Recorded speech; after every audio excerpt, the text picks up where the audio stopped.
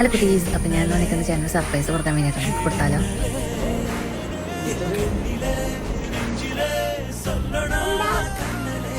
രണ്ടുപേരും കൂടി